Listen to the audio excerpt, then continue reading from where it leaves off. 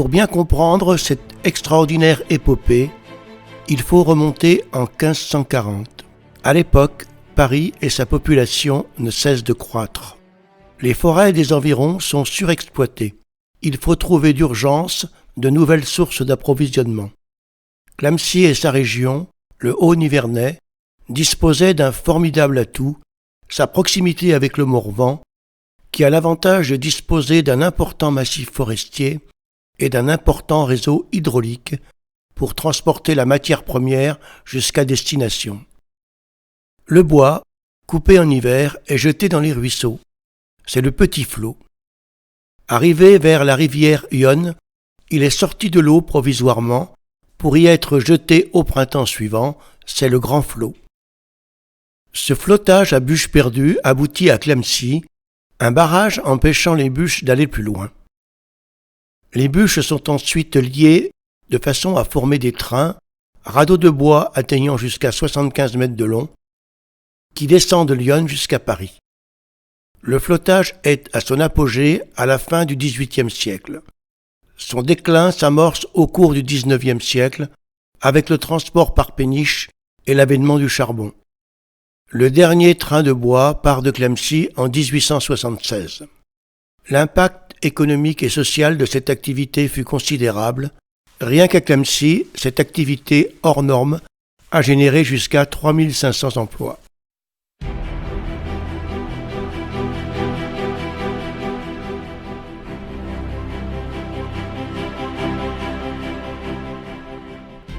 Dans les forêts nivernaises, la carbonisation du bois a toujours fait partie des traditions.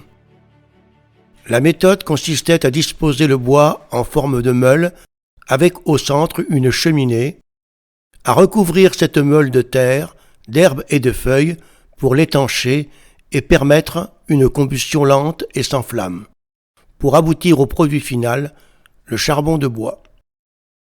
En 1895, une des premières techniques artisanales permettait d'extraire un produit chimique dérivé du bois, l'acétone, en utilisant un âne comme traction animale. Il y a là, dans ces deux éléments, les prémices d'une aventure industrielle qui allait bouleverser le destin de la cité des flotteurs, la chimie. En 1894, M. Houdet se rend acquéreur du moulin à écorce Marcelot et s'associe avec le chimiste Barillot, spécialiste du bois. Ils font alors appel à un industriel de la carbonisation pour développer leur affaire qui devient la société Houdet-Cognat. En 1912, l'usine comporte 24 fours de 4 stères et demi et peut traiter 65 000 stères de bois par an. En 1916, un jeune ingénieur chimiste arrive à Clamecy, diplômé de l'école supérieure de chimie de Nancy, venu pour organiser une production nouvelle. C'est ainsi que commence la carrière de Maurice Brulfer, ce patron emblématique qui marquera Clamecy et ses environs pendant 50 ans par ses compétences scientifiques, par ses capacités de meneur d'hommes et par sa puissance financière. Il deviendra le directeur général en 1920 de l'usine de la SPCC, Société des produits chimiques de Clamecy, qui travaille avec la société Progil de Lyon, anciennement Produits chimiques Gillet et Fils. Entente qui ne se démentira pas au fil des ans. L'un des problèmes importants de cette industrie était celui de l'approvisionnement en bois pour constituer et maintenir des stocks correspondant à la consommation moyenne de 700 stères par jour. Le bûcheronnage dans toutes les forêts du Morvan et des environs était une activité essentielle en amont. Et la création de la SFCC, Société forestière de Clamecy et du Centre, avait été constituée pour acheter, exploiter, transporter et commercer le bois vers l'usine. Une moyenne de 600 bûcherons travaillaient à la tâche dans les coupes du Morvan, du Bazois, de Montsauche à Château-Chinon, de Carré-les-Tombes à Corbigny, du Ouagne à Montreuil. Étaient recherchées les coupes de taillis de feuillus, chênes, hêtres et charmes qui étaient les meilleurs produits pour la carbonisation. Les moyens de débardage dépendaient de la nature du sol et des facilités d'accès. Dans les pentes les plus raides, on utilisait les traîneaux à la manière de la schlitt des Vosges. La charbonnette et la moulée étaient empilées dans l'antique chariot morvandiau ou nivernais modernisé d'une charge de 2,5 tonnes. Selon le relief, on utilisait les bœufs, les chevaux pour plus de souplesse. Également le tracteur Vierzon alimenté en carburant pyrroloï tiré de la carbonisation. Et bien sûr le légendaire tracteur Latil à gazobois pour le transport sur la route. L'acheminement en bois se faisait à partir des régions forestières parfois fort éloignées. Par le flottage et le cabotage sur le canal du Nivernais, la flotte de la SPCC était importante dans le port local entièrement dédié à cette activité.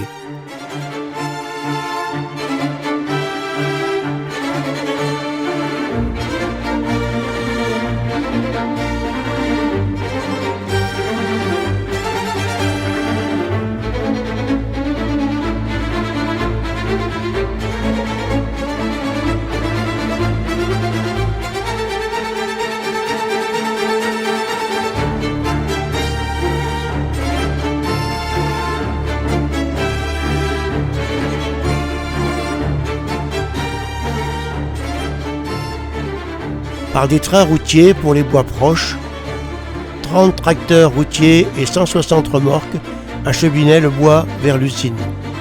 La noria des tracteurs Latil gazogènes, attelés à 4 chariots de bois, formait un long ruban qui sillonnait les routes convergeant vers Clamecy.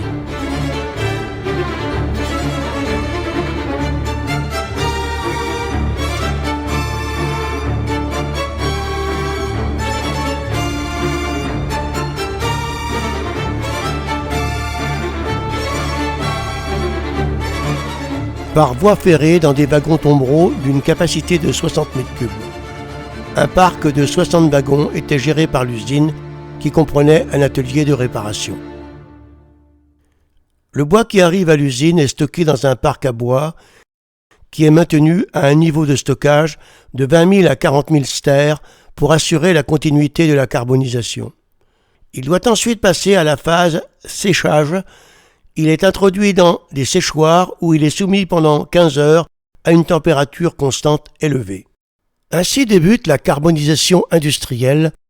La technique employée utilisait des fours en vase clos ou cornus qui permettaient par pyrolyse, c'est-à-dire par effet de chaleur en absence d'oxygène, la décomposition du bois. Chaque cornu était rempli de cistères de bois et l'usine a construit et utilisé jusqu'à 2 batteries de 40 fours à cornus. La chaleur nécessaire à la carbonisation est fournie en brûlant une partie des fumées de dégagement. Ce procédé permettait d'obtenir du charbon de bois, des jus obtenus après condensation des fumées de carbonisation, appelés jus pyroligneux, dont on extrayait l'acide acétique, appelé alors acide pyroligneux, le méthanol, appelé aussi l'alcool de bois, l'acétone, et divers produits chimiques et des gaz. Cette carbonisation discontinue en cornu, avec extraction de l'acide acétique du pyroligneux via l'acétate de chaux, présentait un gros inconvénient.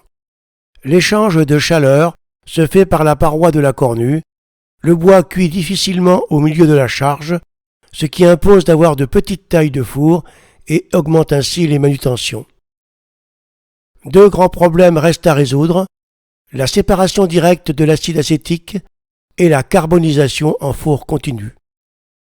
La carbonisation de 100 kg de bois dans ce type de four permet d'obtenir 25 kg de charbon de bois, 1 kg d'alcool méthylique, 1 kg d'acide acétique, 4 kg de goudron de bois, 46 kg d'eau et 23 kg de gaz combustible.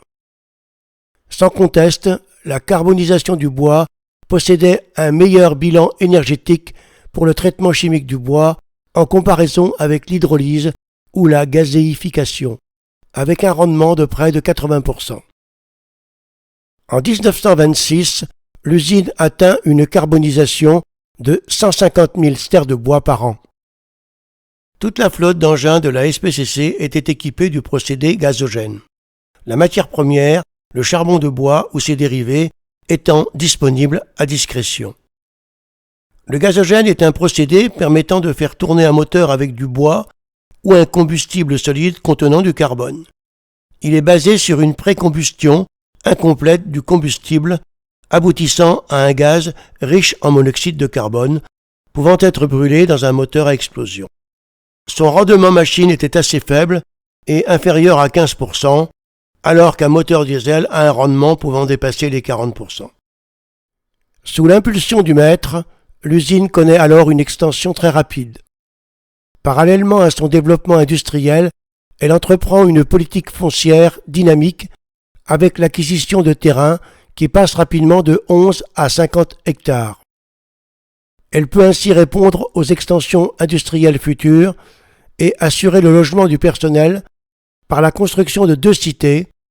La cité Saint-Roch, à proximité de l'usine, héberge le personnel d'encadrement et de sécurité, et l'achat à la famille Charbonneau du château et parc de Bagatelle et des prairies attenantes permet la construction d'une vaste cité ouvrière, la cité Bagatelle.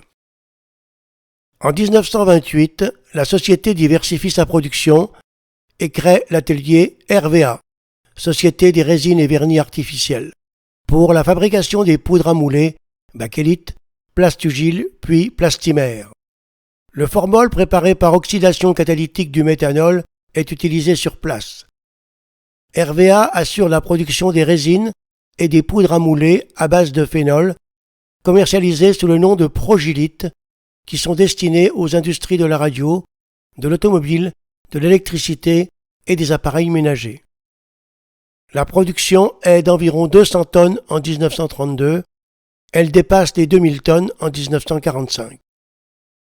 En 1932, la société continue sa diversification en développant l'usine de désétamage du fer blanc.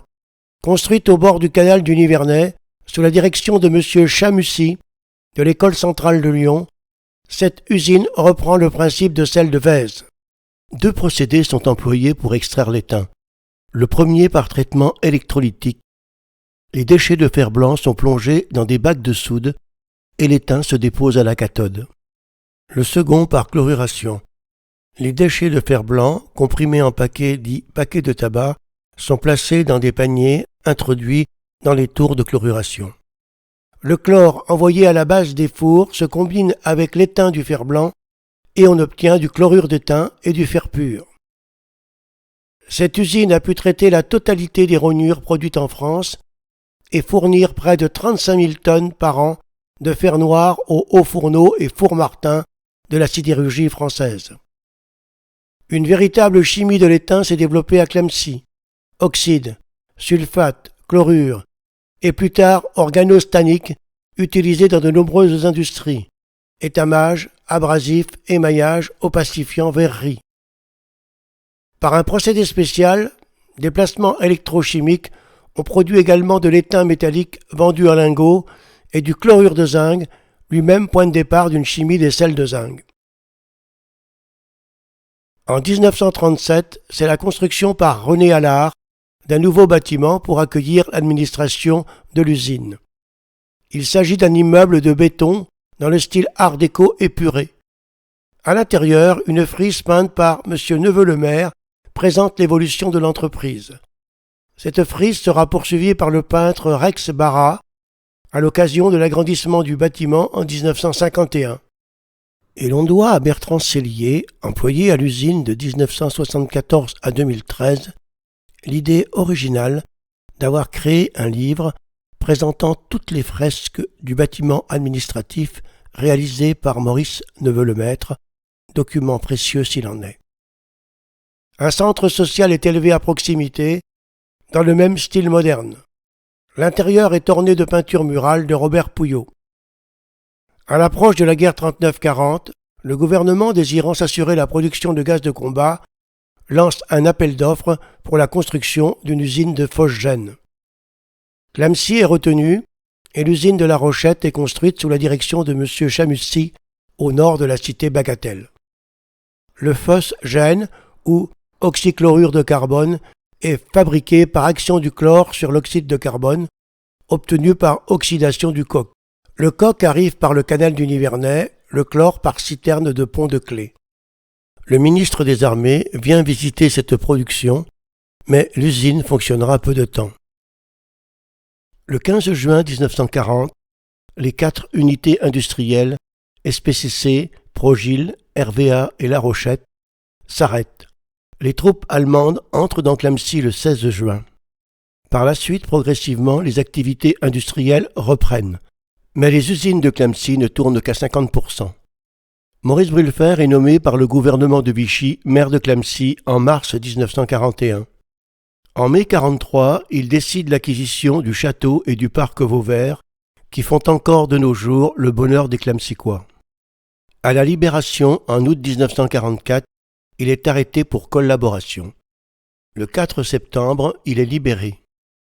En mars 1949, il comparaît devant la cour de justice de Bourges. Il est acquitté.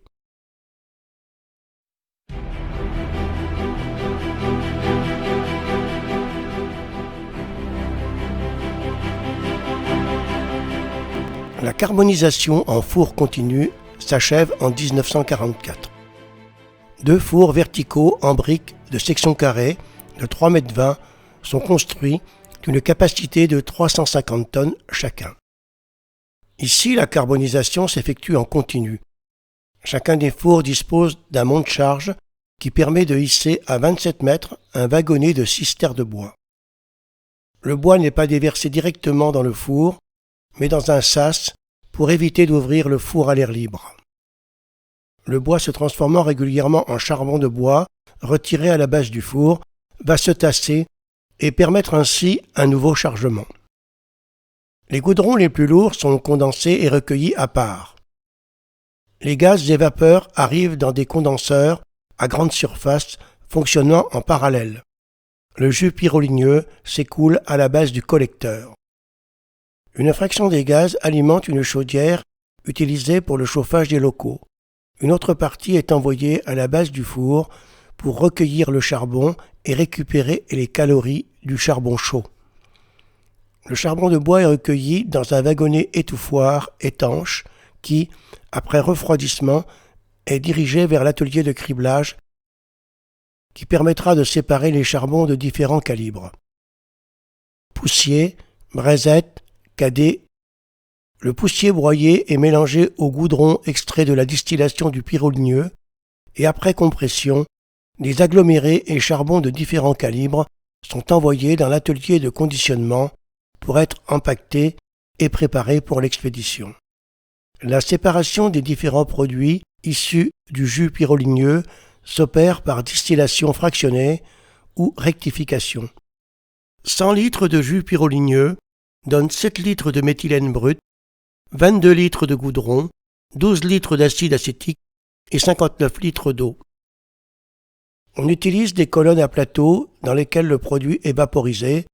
Toutes les colonnes de l'atelier pyroligneux sont chauffées à la base par des chauffeurs de vaporisation qui permettent la séparation du goudron des autres constituants. La séparation de l'acide acétique et de l'eau se fait dans une colonne à grand diamètre par distillation azéotropique en présence d'un corps lourd à base d'huile de bois nommé entraîneur. Cela donne un nouvel essor aux fabrications, acétate organique et métallique, acétone obtenu directement par catalyse de l'acide acétique. Outre la fabrication du solvant B à partir du méthylène acétoné, l'atelier d'alcoolerie avec sa batterie d'alambic, son alignement de colonnes, de condenseurs et de réfrigérants permet de fabriquer d'autres solvants. La construction du 3e four de 550 stères au début des années 50 achève de donner à l'usine sa dimension européenne. Avec la carbonisation de 350 000 stères par an, produisant 28 000 tonnes de charbon de bois, 6 000 tonnes d'acide acétique, 25 000 hectolitres de méthylène et 11 000 tonnes de goudron. En 1953, la SPCC fabrique tous les dérivés de la distillation du bois, acide acétique, méthylène, formol, goudron, avec du charbon de bois. La carbonisation du bois occupe alors la plus grande partie de l'usine. À cette époque, les conditions de travail dans cette industrie de la carbonisation étaient particulièrement difficiles. Les odeurs, les fumées, la poussière rendaient la tâche pénible et éreintante, d'autant que les normes de sécurité étaient bien modestes. Il n'y avait pas, comme actuellement, la sécurité. Au point de vue sécurité, c'était un peu catastrophique. Hein. Les gants n'existaient pas, les protections lunettes non plus. On allait changer des joints, les joints de goudron, des trucs comme ça, on retenait dans des états lamentables. Enfin, toutes les réparations étaient faites sans sécurité. Moi, ce que je retiens de cette usine, c'est la passion. Les gens travaillaient, bien sûr. Ils travaillaient pour gagner leur vie, bien sûr. Mais ils étaient tous passionnés par le travail qu'ils faisaient. Je me souviens en particulier d'un monsieur qui gérait la fabrication des boulets de Clamcy. Il était tout seul dans l'atelier. Quand je l'ai rencontré, j'ai rencontré 2 yeux. Le reste, il était noir, comme le charbon, comme le décor, tout était noir. Voilà. Mais il bossait, il était content de son travail. Malgré ces conditions, la plupart ne se plaignaient pas, assurés du plein emploi. Époque paternaliste, certes, mais que beaucoup évoquent encore avec nostalgie. L'usine emploie maintenant 600 ouvriers. Cette usine à feu continu, ne pouvant souffrir d'arrêt dans la marche de ses fabrications, doit avoir à tout moment, sans l'aide de l'extérieur, son matériel et ses installations contrôlés, entretenus, dépannés et remplacés si nécessaire. L'ensemble de ces tâches est confié à un personnel qualifié, groupé dans un service d'entretien et un bureau central d'études et de dessin qui assure la conception des plans de construction des installations. Pour gérer cette énorme machine, il fallait assurer la maintenance d'environ 800 pompes, 800 ventilateurs et 3000 moteurs. 150 personnes sont employées aux ateliers d'entretien spécialisés, chaudronnerie, menuiserie, mécanique.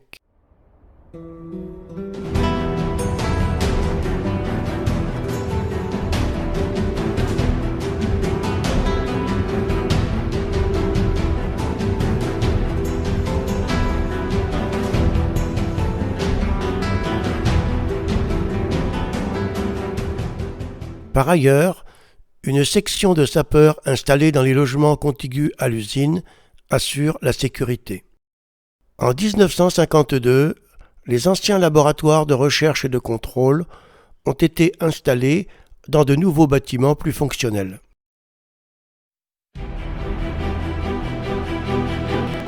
C'était l'époque où le paternalisme régentait tout, le travail, les loisirs et les vacances des salariés.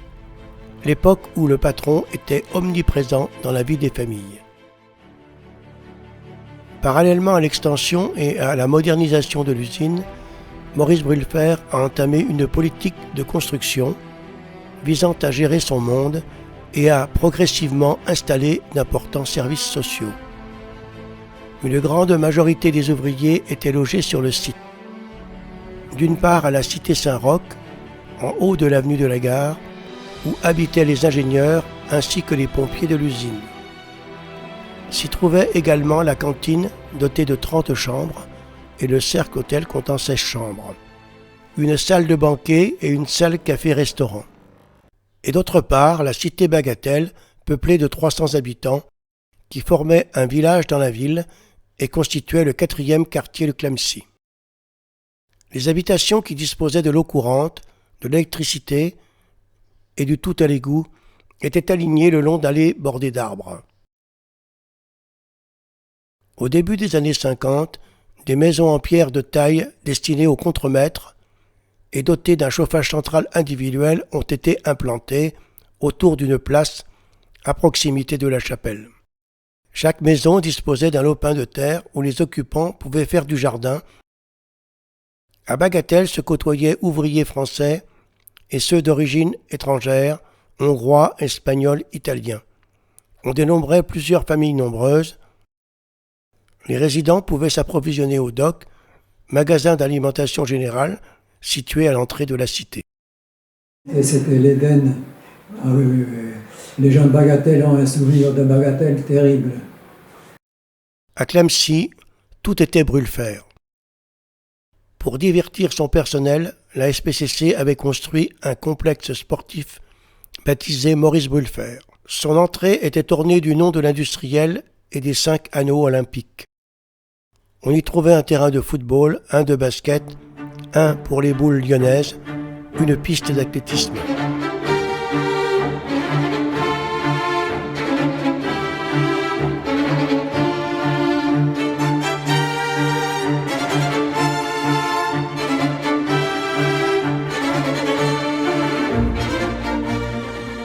L'usine comptait une philharmonie dirigée par Maurice Marest, qui disposait d'un auditorium, et d'une clique formée de tambours et de clairons, dont le chef était M. Loriot.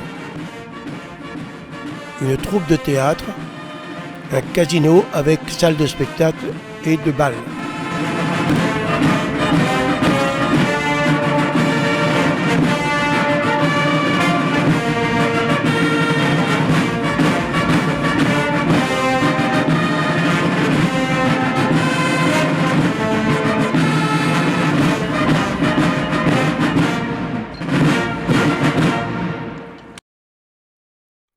En 1948, Maurice Brûlefert prend l'initiative de faire édifier, dans l'enceinte de son établissement, une nouvelle chapelle au cœur de l'usine, dédiée à Saint-Roch. Les travaux dureront 2 ans. L'inauguration aura lieu le 16 août 1950, en présence de l'évêque de Nevers, qui assurera la bénédiction solennelle de la cloche. Chaque dimanche, une messe y est célébrée. La façade principale de cette chapelle est précédée d'un porche décoré par le sculpteur Robert Pouillot de 2 bas-reliefs en pierre, l'un représentant Saint-Nicolas, l'autre Saint-Roch. La Saint-Maurice fête du patron, avec messe à la chapelle, banquet traditionnel où sont conviés tous les Maurice de l'usine, grand bal et fête foraine avec tickets gratuits réservés aux enfants du personnel, avec entre autres le manège des chevaux de bois Paulin, les autoscooters Chognon, un concert de la Philharmonie, un bal et feux d'artifice en clôture. Les œuvres de jeunesse sont animées par Sœur Marie de la Providence. Elle est l'âme du patronage, dirige l'école ménagère, organise l'arbre de Noël du personnel et les colonies de vacances implantées à Hannois pour les plus jeunes et à Saint-Père en Normandie pour les plus grands. La SPCC s'était portée acquéreur du château de Blanchefort à Hannois dans les années 40 et un ouvrier de l'usine, Baptiste Buriot, avait été nommé gardien du château à l'année pour gérer le domaine.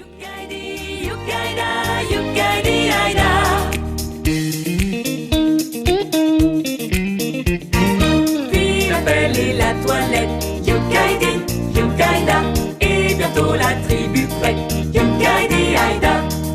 Offre à Dieu le jour nouveau, en saluant le drapeau, Yukaidi, Yukaida, Yukaidi Aïdi Aïda, Yukaidi, Yukaida, Yukaidi Aïda.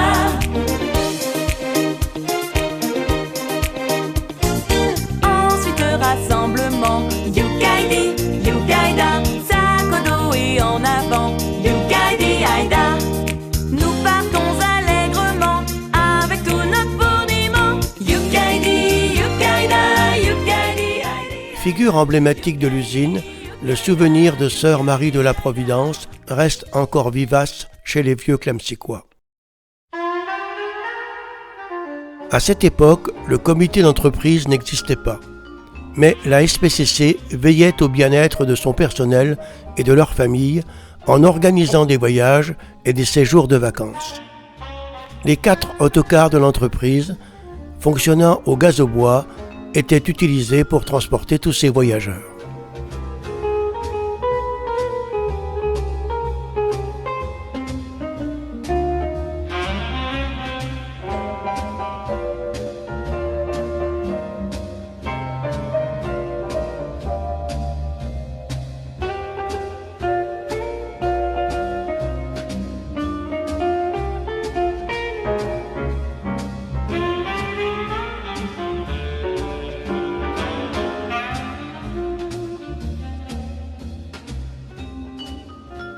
Chaque fois que c'était les vacances de février, les gens voulaient aller à la neige.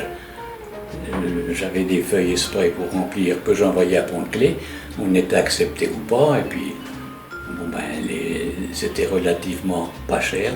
Et nous, on en a bien profité parce que tout l'été, avec nos 2 filles, on partait 3 semaines à Neige-Pré. Ça nous coûtait moins cher que de rester chez soi. Donc tous les ans, j'organisais une sortie à l'Alpe d'Huez, un week-end. On partait le vendredi à midi et on revenait pour le lundi matin au travail. J'ai fait 28 voyages. Entre Lyon et le canal du Nivernais, à l'emplacement de l'ancien port à bois qui avait été en activité pour le flottage du bois durant 3 siècles, des jardins miniers avaient été aménagés au lieu dit Le Maroc. Sur chaque parcelle, une cabane était disposée. Toute la cité Bagatelle, le long de Lyon, avait les petits jardins ouvriers avec chacun une cabane. Mais c'était la seule distraction. Les gens qui quittaient l'usine à 5h30 le soir, l'été ils se retrouvaient au jardin. Entre Lyon et le canal, c'était convivial. Le centre médico-social, muni d'un dispensaire, d'une salle de repos, d'une infirmerie modèle, d'une salle de consultation et d'une salle de radioscopie. Institution de prévoyance. Avec les cotisations du personnel et une cotisation complémentaire de la SPCC, il a été créé une mutuelle ouvrière dont les fonds servent en cas de maladie, d'accident du travail, au remboursement qui complète les prestations des assurances sociales. En 1958, Progil se diversifie et crée la Société des produits pour la soie, Soprosoie, filiale spécialisée dans les produits auxiliaires pour textiles, les tanins synthétiques et nourriture pour cuir. En 1962, Progil absorbe la SPCC. À la fin des années 60, la carbonisation connaît un recul. C'est la crise de l'industrie chimique reposant sur le traitement du bois. Il en découle une reconversion complète. En 1966, Maurice Brülfer, le patron emblématique de l'usine, décède. C'est la fin d'une époque. Monsieur Brülfer, quelqu'un de très abordable, c'était quelqu'un de très ouvert et de très humain. L'usine avait certainement de gros moyens, chacun à son niveau a profité de ce développement social et culturel en même temps, parce qu'il y avait des concerts, des théâtres, des choses qui faisaient la qualité de vie. L'usine subsiste, mais sur des bases réduites, avec quelques centaines de salariés, contre près de 1000 à son apogée. En 1971, un nouvel atelier de résine phénolique est installé à l'usine de La Rochette.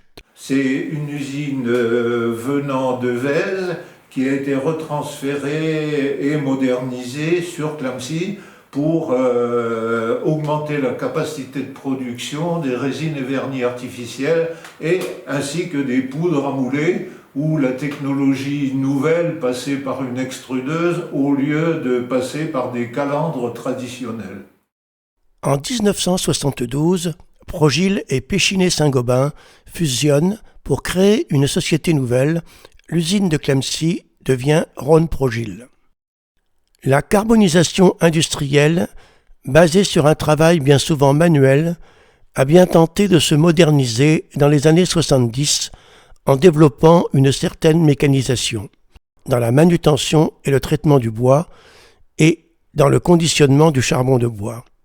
Mais le développement de la pétrochimie à Pont-de-Clé, avec la fabrication d'acide acétique à partir du pétrole et la production d'acétone dans l'unité phénol des roches de Condrieu, avec le remplacement du charbon de bois par le méthane pour la fabrication de sulfure de carbone, va porter un coup fatal à la carbonisation du bois à Clamecy. Même s'il y a eu un progrès technique sur la carbonisation, le débouché n'était plus là. À part le barbecue pour le charbon de bois, et je pense qu'au niveau âge des employés, ça a joué aussi dans ce déclin. En 1974, l'usine produit 21 000 tonnes de charbon de bois et emploie encore 295 personnes dans ces 3 secteurs de fabrication, la carbonisation, Soprosoie avec les durcisseurs, les floculants et les dérivés de l'étain, et Plastimère avec les résines et poudres à mouler. Par ailleurs, 210 personnes sont employées dans les laboratoires de contrôle et de recherche et dans les services. En 1975, Rhône-Poulenc, Industrie Division Chimie Minérale, gère l'établissement. Rhône-Poulenc était un groupe chimique et pharmaceutique d'origine française, issu en 1928 du rapprochement de la Société chimique des usines du Rhône et des établissements Poulenc Frères. Les procédés modernes d'étamage ont constamment réduit la quantité d'étain dans le fer blanc. La récupération le devenant plus rentable, l'usine de désétamage s'arrête à Clamecy en 1977. La fabrication des dérivés de l'étain se poursuivra à partir de lingots d'étain. En 1981, l'usine fait partie de la société Rhône-Poulenc, spécialité chimique devenue Rhône-Poulenc Chimie. L'activité de la carbonisation du bois, qui fit la prospérité de la ville, s'est éteinte en 1982 et a signé son déclin. La carbonisation, ça ne tournait plus qu'avec le four numéro 3. En premier, c'est le pyroligneux qui s'est arrêté. Donc tout le traitement des jus de pyro, l'alcoolerie, l'acide acétique, le formol, le méthanol, toute cette partie-là. À la suite de ça, le four s'est arrêté et là, ça a été l'arrêt total de toute la chaîne bois sur Clamecy. Parallèlement à cette décadence, une politique de démolition s'est engagée. La cité Bagatelle, la cité Saint-Roch et beaucoup de bâtiments, notamment en 1984, les emblématiques fours verticaux de carbonisation. Cette destruction sonne définitivement, symboliquement, le glas de la carbonisation. Sur tout le site, ça a duré pendant au moins plus de 15 ans qu'il y a eu des démolitions. Et il y a des bâtiments qui ont été démolis parce que plus utiles, parce que dangereux. J'avais remarqué quand même que les toitures se comptaient en hectares, les toitures de tuiles. Donc il y avait quand même du bâtiment. Donc la plus grande partie a été rasée parce que la carbonisation, c'était une grosse surface de bâtiments, enchevêtrés les uns aux autres, mais il y avait une grande surface de bâtiments. Et donc ça a fait de la place, puisque tout le parking du bas, tout ça, c'était la carbonisation, et ainsi de suite. Il y a eu une grosse phase de nettoyage qui était plus ou moins mal vue, selon les personnes, parce que de toute façon, il y avait des bâtiments qui étaient pour certains utilisables, mais bon, voilà, ils ont été rasés. Ceci dit, au jour d'aujourd'hui, on se dit, si ça n'avait pas été fait, il n'y aurait plus d'usine, quoi. Quelque part, il y a des mesures drastiques qui sont prises, probablement indispensables.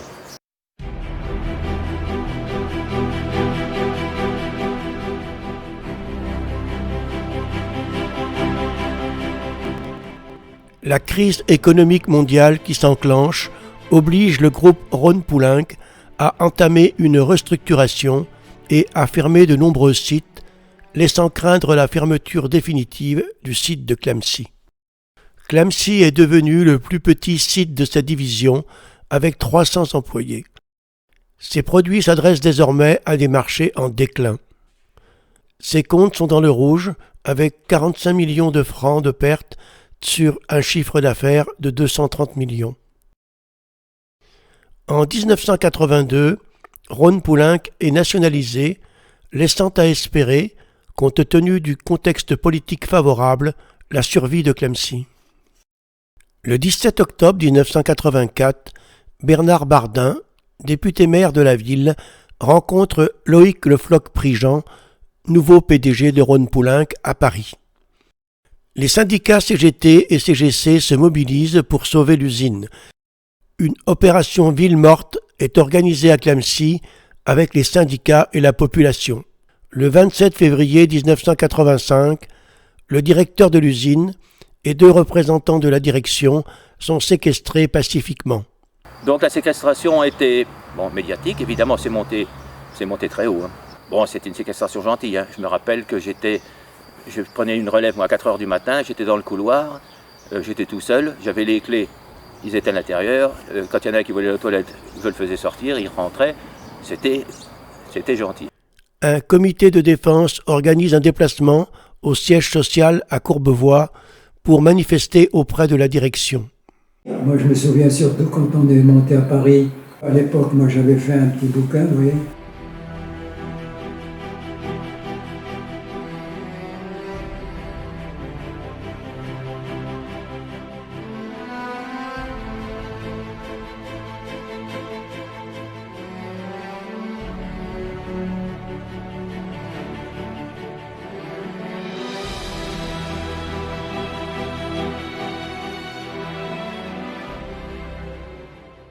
Donc on a été reçus par Préjean, là, c'était donc le directeur de Rhône-Poulenc. On avait fait un comité de défense pour défendre le site. Et quand on est arrivé là-bas, alors il y en avait quelques-uns qui étaient plus malins que les autres, qui voulaient casser les ascenseurs. Alors j'aurais dit, les petits-enfants, on n'est pas venu ici pour faire de la mauvaise réclame pour les gens de Clamecy. Une concertation avec la direction s'organise alors. Elle aboutit à un projet de plan devant permettre de rétablir l'équilibre économique des activités de l'usine, de résoudre les problèmes sociaux et d'engager un investissement à hauteur de 50 millions de francs.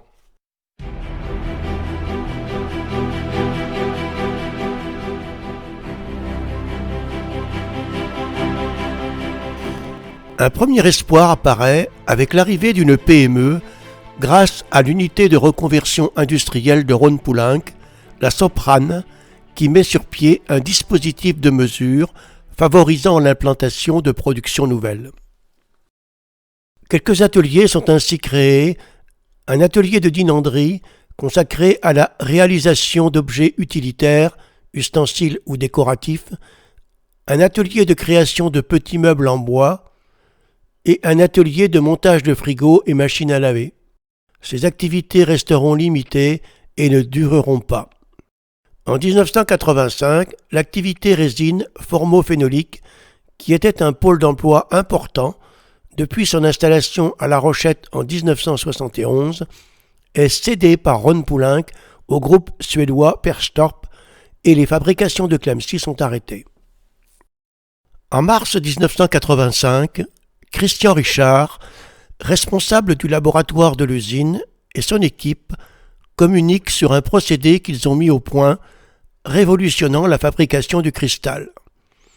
En provoquant la précipitation dans l'eau du silicate de potassium et du nitrate de plomb, ils obtiennent une poudre blanche pure et homogène, la composition cristal permettant une élaboration simple et facile du verre affiné, sans bulles et homogène à sa température de cueillage. L'atelier pilote destiné à la synthèse du cristal par voie chimique s'installe en 1986. En 1986, l'Agence française pour la maîtrise de l'énergie et Creusot-Loire décide d'installer à Clamecy une plateforme expérimentale pour développer un procédé de transformation de la biomasse en gaz de synthèse pour la production de méthanol. Le pilote du projet est inauguré en novembre 1986 en présence du ministre Hervé de Charette et des élus locaux. Malheureusement, ce projet n'aboutira pas. En 1987, une des premières réalisations du plan de restructuration est l'installation d'une unité de fabrication de parfums de la marque Pivert, marque qui avait été rachetée en 1974 par Rhône-Poulenc. Je me suis tellement intéressé à cette construction de parfumerie qu'on m'en a confié la direction de la fabrication à partir de 1987. J'ai découvert le monde des parfums d'abord. J'ai eu la chance de rencontrer le nez de la marque LT Pivert à Grasse.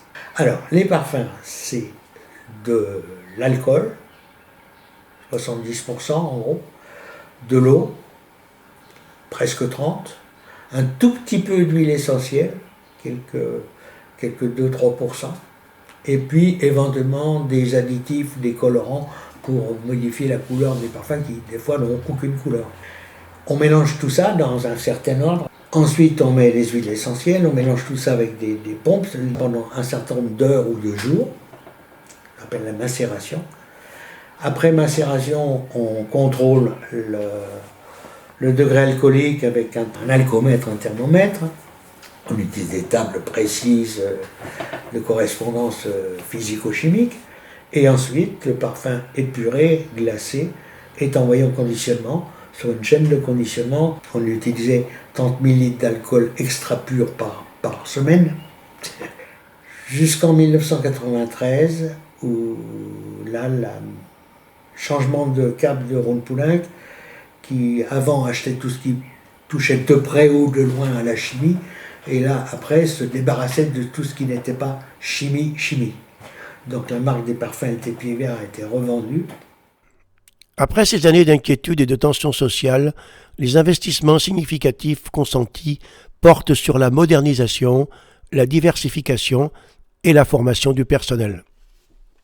On va dire qu'au début des années 80, je ne suis pas sûr qu'il y avait grand monde qui croyait encore à la survie du site. Ça s'est relancé, c'est parti, et puis on a vu des investissements, mais des investissements importants. C'est-à-dire qu'il y avait des équipes d'études, des équipes de, je dirais, de moins de 10 personnes, pendant plusieurs années, qui ont été là pour construire. Donc ça fait un volume d'argent phénoménal, quoi. Le but était d'arriver à 160 personnes. Donc il y a eu un renouveau complet du début des années 80 jusqu'à 2000, on va dire quasiment. Ce qui s'est fait, c'était socialement, je dirais, relativement très correct même. Déjà, tous les plus anciens ont été mis à la retraite. Donc il y a eu des gens qui sont partis à 55 ans, dans de bonnes conditions financières. Un certain nombre de personnes ont pu se recycler dans d'autres métiers, avec des aides, puisque à l'époque, c'était quand même plus généreux que ça n'a jamais été. C'est là aussi qu'il y a eu ce mouvement de formation pour un certain nombre de personnes. Avec la reconstruction des nouveaux ateliers, donc plus modernes, plus technologiques, donc il fallait du personnel évoluer et sachant faire tout ça. Donc il y a eu des formations au niveau des gens de procédés, au niveau des gens de maintenance, au niveau de l'encadrement, au niveau de tout le monde. En parallèle, l'usine s'est modernisée au niveau de ses fonctions, je dirais, générales. Donc au niveau de la sécurité humaine, évidemment, mais la sécurité matérielle. Et puis après est arrivée la mise en place du système qualité. Donc tout ça, ça fait progresser tout le monde dans un élan de valorisation. Cette fois-ci, on passe d'ouvriers manuels, la carbonisation, tout était manuel, à des ouvriers qui devaient être capables de conduire des opérations dans des réacteurs de chimie. Donc on va lancer des séquences de formation très poussées. La formation a représenté 13% de la masse salariale. C'est énorme la volonté, et on a arrêté des fabrications pour former les gens.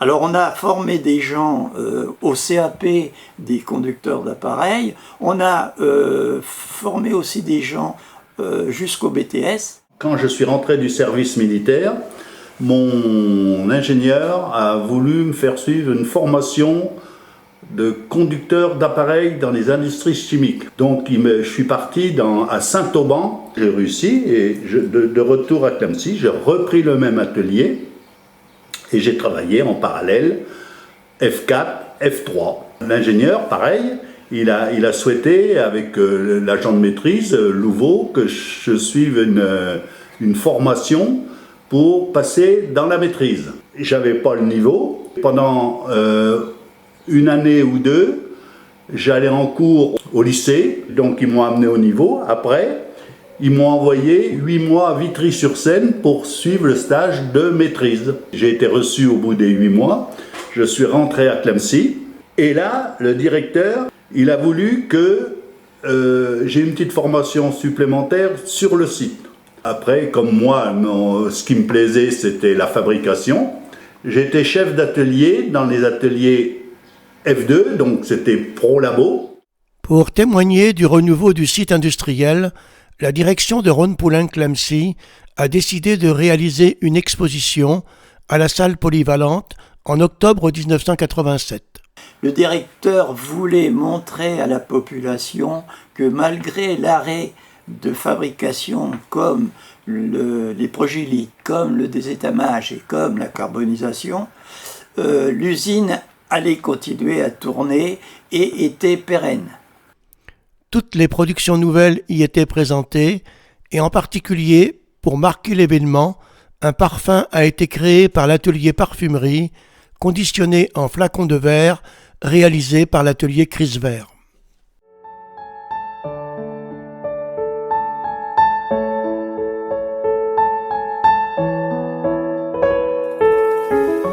L'usine évolue et se modernise.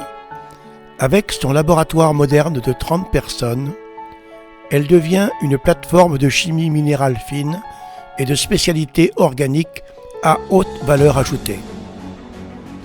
Elle fabrique plus de 300 produits. Son effectif se réduit, mais l'automatisation et l'informatisation augmentent la productivité. 219 en 1987, 130 en 1998. Le site dispose d'une palette de procédés et de techniques.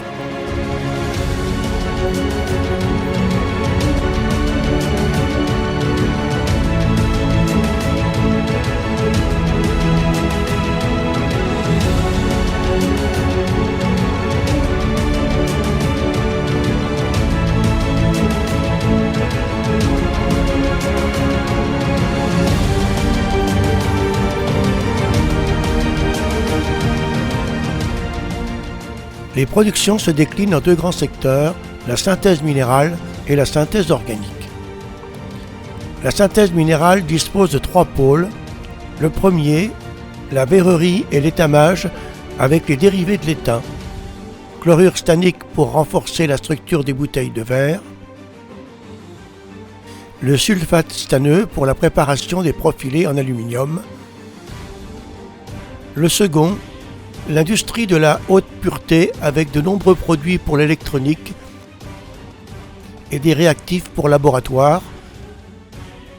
Et le troisième, la catalyse de post-combustion, oxyde de cérium pour les pots catalytiques.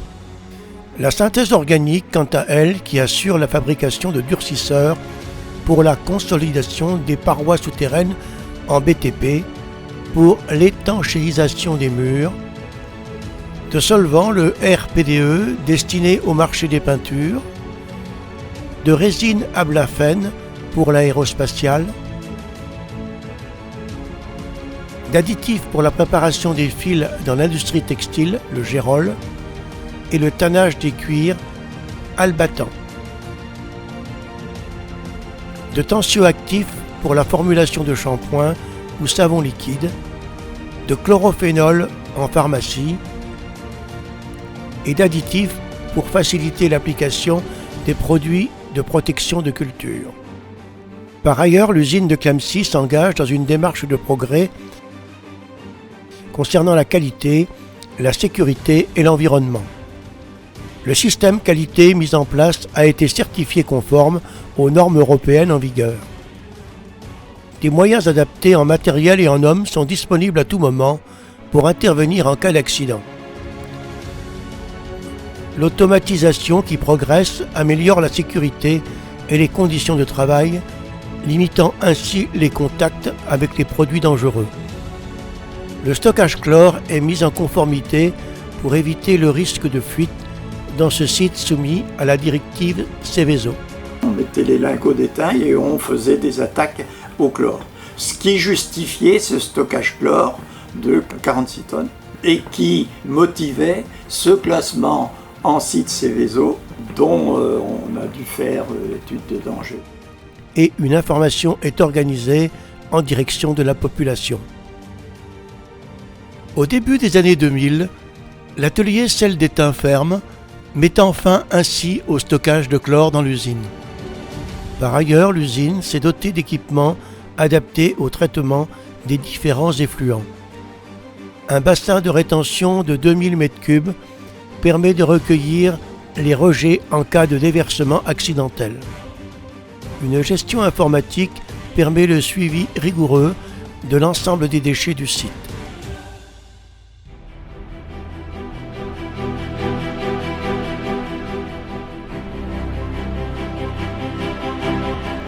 En 1998, les activités chimiques et plastiques de Rhône-Poulenc sont regroupées au sein d'une nouvelle société, Rhodia, et ses activités pharmaceutiques vont chez Aventis. L'usine de Clamecy, devenue Rhodia, fait partie alors de la division Novecare.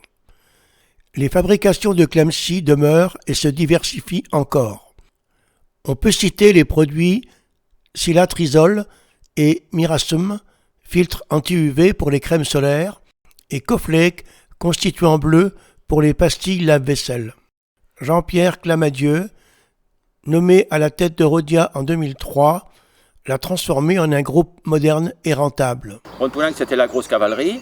Rhodia, c'est devenu plus petite entreprise, beaucoup plus spécialisée. Rhodia a créé des spécificités sur site à Clamcy. Une grosse partie des productions, c'était des produits qui servaient dans la cosmétique et la détergence. Nous, on était fabricants pour ces produits-là, de la partie Europe. On n'avait pas de concurrence, nos clients étaient européens, quoi.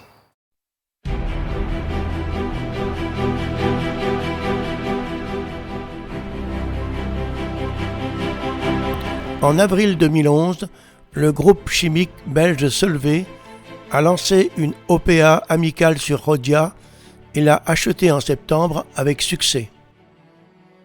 C'est en 1861 qu'Ernest Solvay a découvert comment produire industriellement le carbonate de sodium. En 1863, il crée la première usine avec son frère Alfred. En un siècle, Solvay est devenu l'un des grands acteurs du monde de l'industrie chimique, de l'industrie pharmaceutique et des plastiques. Avec l'acquisition de Rhodia, Solvay devient le plus grand chimiste de France et y emploie plus de 3700 personnes.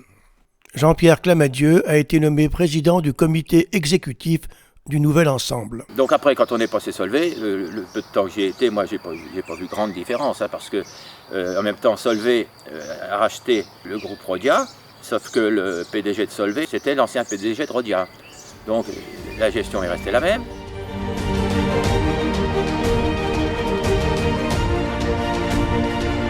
Aujourd'hui, l'usine de Clamcy est présente sur tous les marchés de Novecare, spécialisée dans les applications de soins à la personne et dans le développement des formulations de produits en cosmétique et détergence.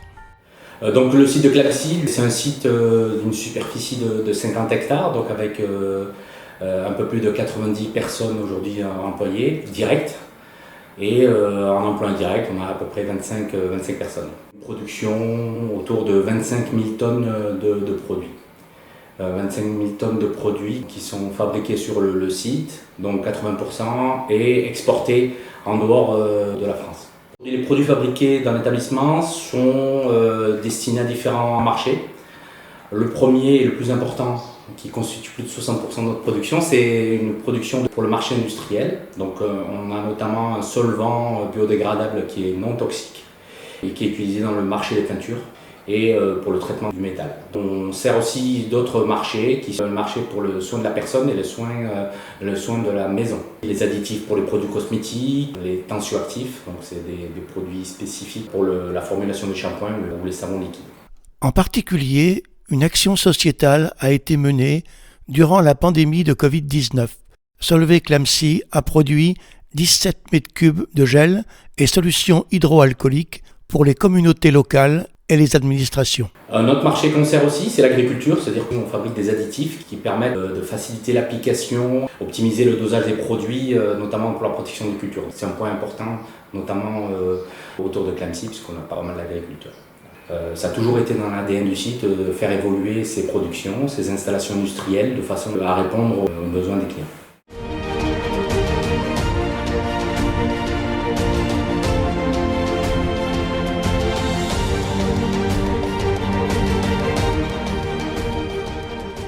Dans l'usine, la vapeur est le moteur des réacteurs qui fabriquent les produits chimiques. Cette vapeur est fournie par des chaudières à gaz. L'eau pour la production de vapeur est prélevée dans le canal entre le Beuvron et le port Saint-Roch. Elle passe à travers un filtre à sable pour enlever toutes les particules solides que l'eau peut contenir. Pour supprimer la dureté de l'eau, elle passe dans un décarbonateur, puis dans un adoucisseur. Puis elle est stockée dans une cuve qui la réchauffe à une vingtaine de degrés en récupérant la chaleur du condensat de vapeur. Cette eau chaude alimente l'une des 3 chaudières du site pour produire la vapeur la chaudière principale de 20 tonnes-heure et 2 chaudières de secours, 13 tonnes-heure et 7 tonnes-heure. Dans un avenir proche, il y aura une chaudière biomasse qui brûlera du bois pour une capacité de 6 tonnes-heure, ce qui correspond à la consommation mini du site.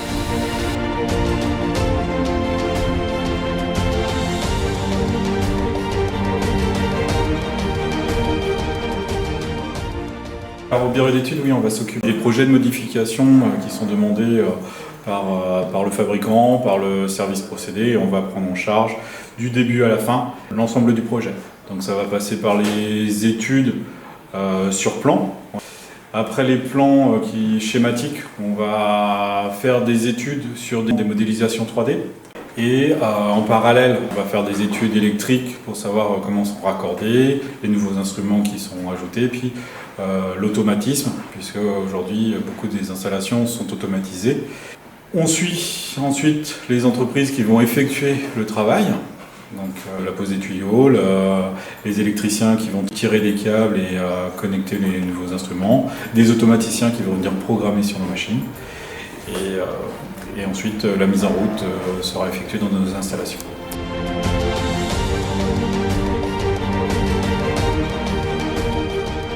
On reçoit des matières premières, on mesure des caractéristiques pour identification, pour savoir si la matière première qu'on reçoit est conforme à ce qu'on demande.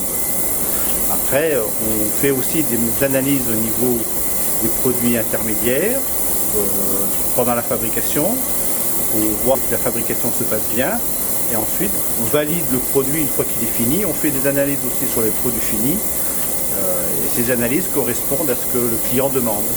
Voilà, on valide si le produit il est conforme à ce que le client a demandé. Et au labo, il y a un responsable. Et après, il y a aussi un ingénieur qui chapeaute l'ensemble.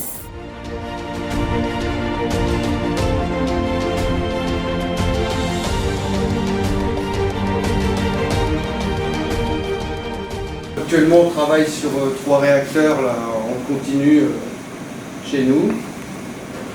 Vous voyez sur les écrans le premier réacteur, le deuxième réacteur, le troisième réacteur, donc 3 sections qui sont pilotées, automatisées, une partie manuelle. En fait, on reçoit une matière première, on réceptionne le produit. C'est un produit où il y a beaucoup d'eau dedans. Et de là, on le passe dans un sécheur où on élimine beaucoup d'eau pour en sortir un solvant qui est biodégradable dans l'environnement. Toutes les vannes sont automatisées, mais nous-mêmes, on a les mains dessus. C'est-à-dire que si on rencontre quelconque problème, on peut mettre tout en sécurité, fermer, isoler. Sur le site, le RP2, ça a plus de 20 ans maintenant. En 20 ans, quand même, il y a eu beaucoup d'automatisation. Il y a 20 ans, on n'avait pas les capacités informatiques qu'on a de nos jours. On n'avait pas tous les moyens d'automatisation qu'on a de nos jours. Parce que là, on était encore le seul atelier à tourner en rythme continu, donc c'est-à-dire toute l'année. Pour le moment, c'est le 4-8.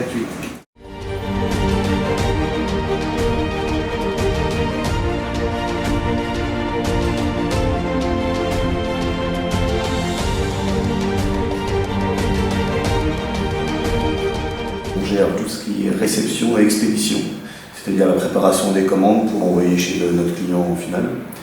Et on a aussi la partie réception, donc toutes les matières premières qui sont réceptionnées pour envoyer en fabrication. Donc on va dire mensuellement, on a une moyenne de pratiquement 1000 tonnes. Donc en expédition, et en réception, on est plutôt sur la moitié.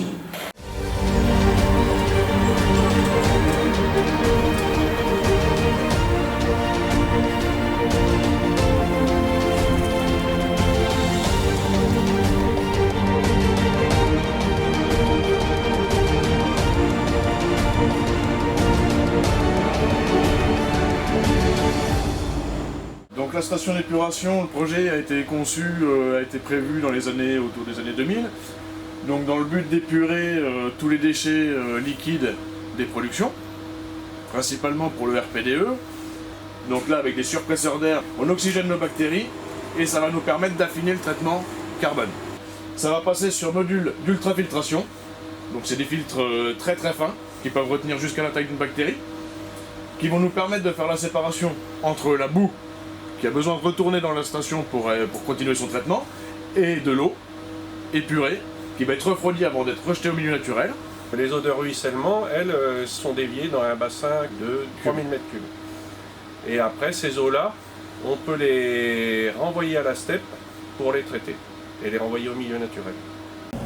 On prélève, le refroidissement qui sert à refroidir les réacteurs et qui est rejeté. On fait un delta D2 pour le déclarer à la DREAL. Les ruissellements moyens, comme l'usine est sur rétention, on analyse les ruissellements en sortie pour voir s'ils sont aux normes. Nous sommes en contact étroit avec la DREAL, qui est un organe du ministère de l'Industrie. On a un certain nombre d'obligations en termes d'émissions gaz, en termes d'effluents liquides. Tout ça se fait de façon transparente avec des informations, des communications qui sont régulières avec nos autorités de tutelle.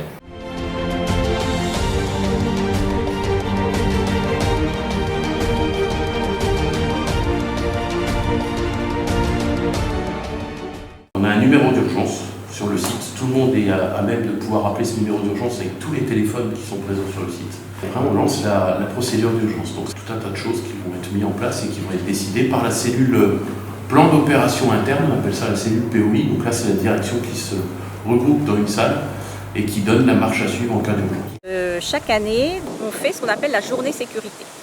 Donc on va aborder des thèmes sécurité, mais ça ne s'arrêtera pas qu'à la sécurité, ça va être aussi le bien-être au travail.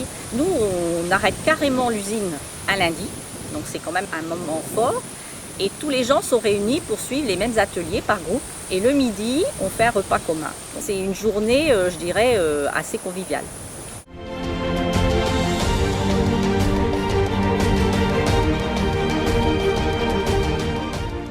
Il y a toute l'attitude pour un opérateur d'évoluer, et puis on a des exemples de personnes qui ont évolué, qui ont commencé en tant qu'opérateurs, qui ont terminé agent de maîtrise, voire dans certains cas particuliers, statut d'ingénieur. Il y a des budgets de formation qui sont alloués chaque année. C'est une chose à laquelle je ne m'attendais pas du tout, puisque en venant d'une formation labo, je ne pensais pas un jour prendre la responsabilité d'atelier de fabrication. Mais on m'en a donné l'opportunité et en fait, j'en ai eu aucun regret, ça s'est très bien passé. Moi, ça a été assez positif pour moi parce que j'ai vu pas mal de produits. En fait, j'ai été très polyvalent sur le site. À part l'atelier F5 que j'ai pas fait, je suis allé partout. Et j'ai fait beaucoup de démarrages de produits. C'est assez intéressant de faire des démarrages de produits avec des gens de l'assistance procédé. C'est des choses que j'ai eu la chance de faire.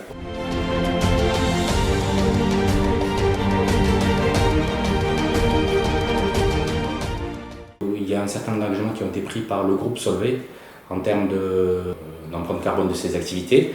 Donc le site de Clamecy s'inscrit dans cette démarche et il y a un certain nombre de projets qui vont faire qu'on va réduire notre empreinte carbone.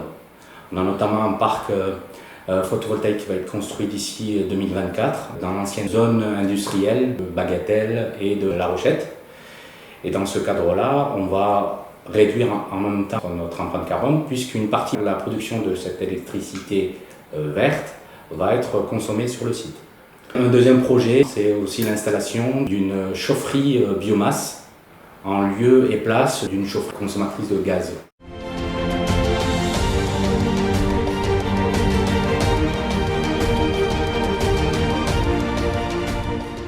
Le site de Clamecy, il a des atouts à faire valoir et important pour justement pérenniser son avenir et vivre encore plusieurs décennies, voire siècles.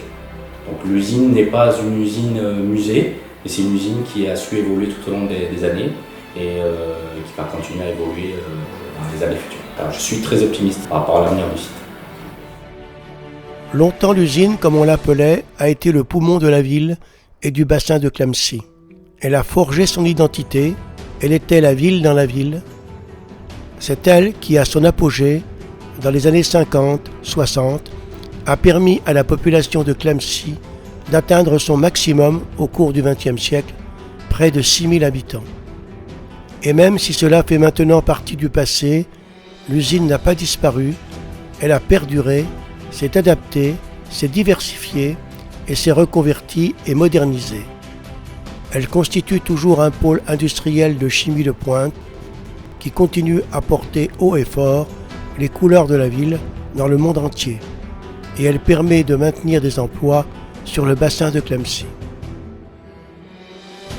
Le jeudi 16 mars 2023, la cheminée de La Rochette, dernier témoignage restant de la grande époque de la SPCC et de l'âge d'or de la carbonisation industrielle, a été abattue.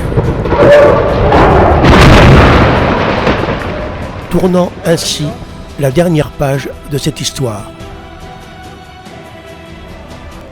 Après l'épopée du flottage, ce pays de Colat-Brognon, à la douceur de vivre sans pareil, a su se créer ce destin industriel, fait de labeur, d'entraide, de solidarité et quelquefois de souffrance, qui restera une belle aventure humaine. Cela a été, et cela restera, une magnifique épopée industrielle ancrée à jamais dans la mémoire de ses habitants.